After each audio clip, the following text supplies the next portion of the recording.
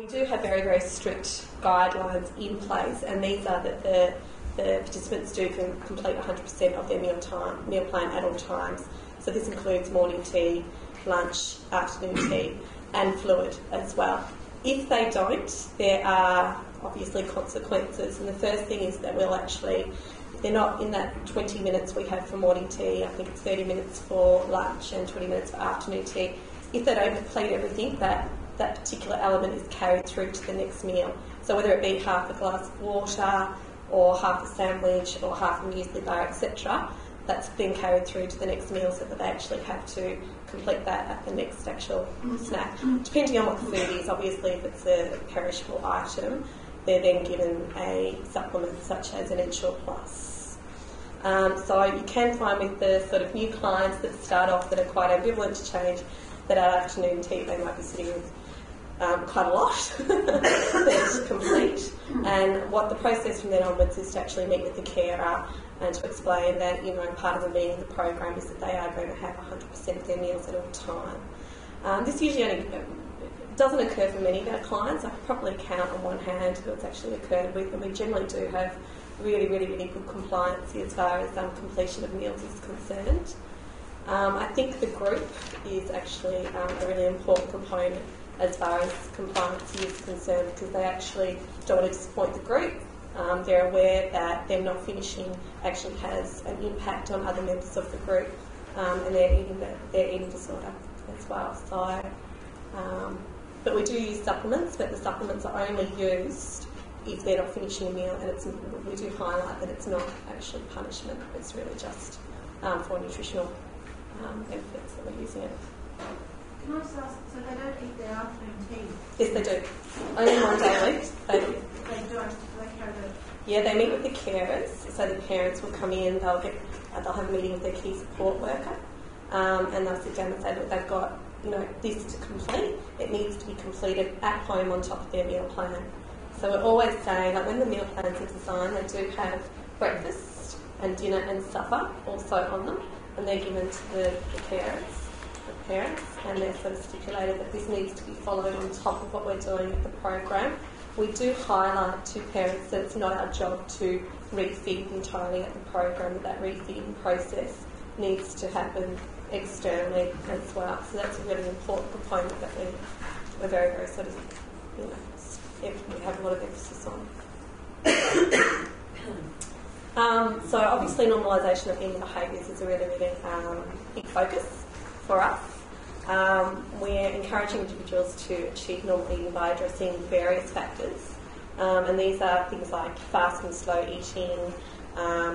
We try and set an appropriate pace, especially with staff members. It's the role modelling component that we're trying to sort of really emphasise. So if someone's struggling with a meal, we always do say, look at a staff member, how quickly have they eaten their sandwich, that's a normal pace, etc., etc. Okay. We're very, very sort of strict on making sure that eating disorder behaviour is addressed at the table. So breaking food into tiny pieces, only having a lettuce leaf on the fork, drinking and eating at the same time, having their fruit and drinks before the sandwiches, etc., etc. Where we monitor quite strictly. We do address in the group.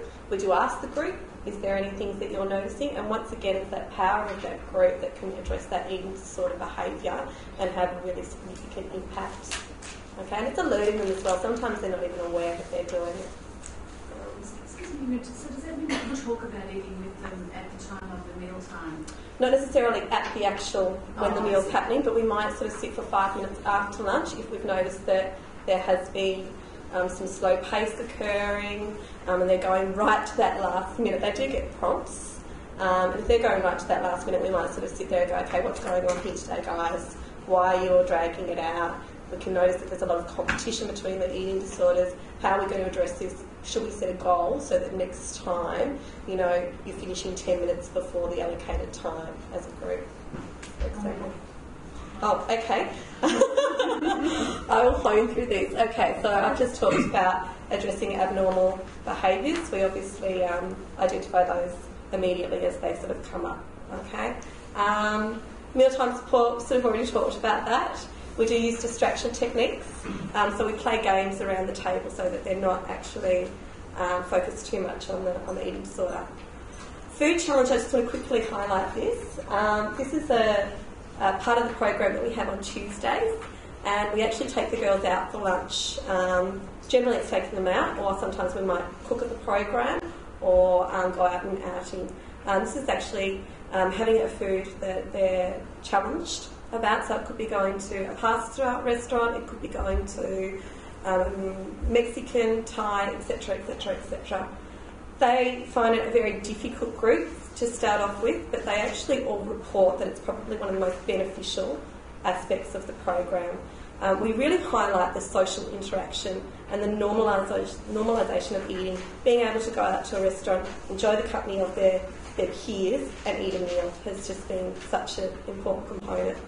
So I haven't got more time to talk about that. So they're just a couple of things that we do. We did a MasterChef sort of scenario of the program one day. We've been to berry farms, fish and chips on the beach, etc, etc.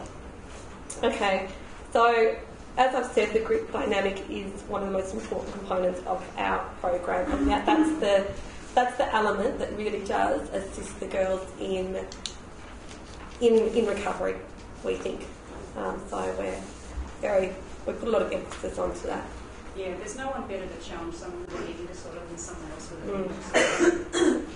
And when we do the food feeling session after the group, it's generally them that we need to give the feedback to the others now, rather than us sort of coming in and saying what we think. Sorry, I'll go to the next one. They're just the obstacles that we sometimes find if participants are not engaged with the group, or if they refuse to attend an intake meeting, and obviously ambivalent clients as well.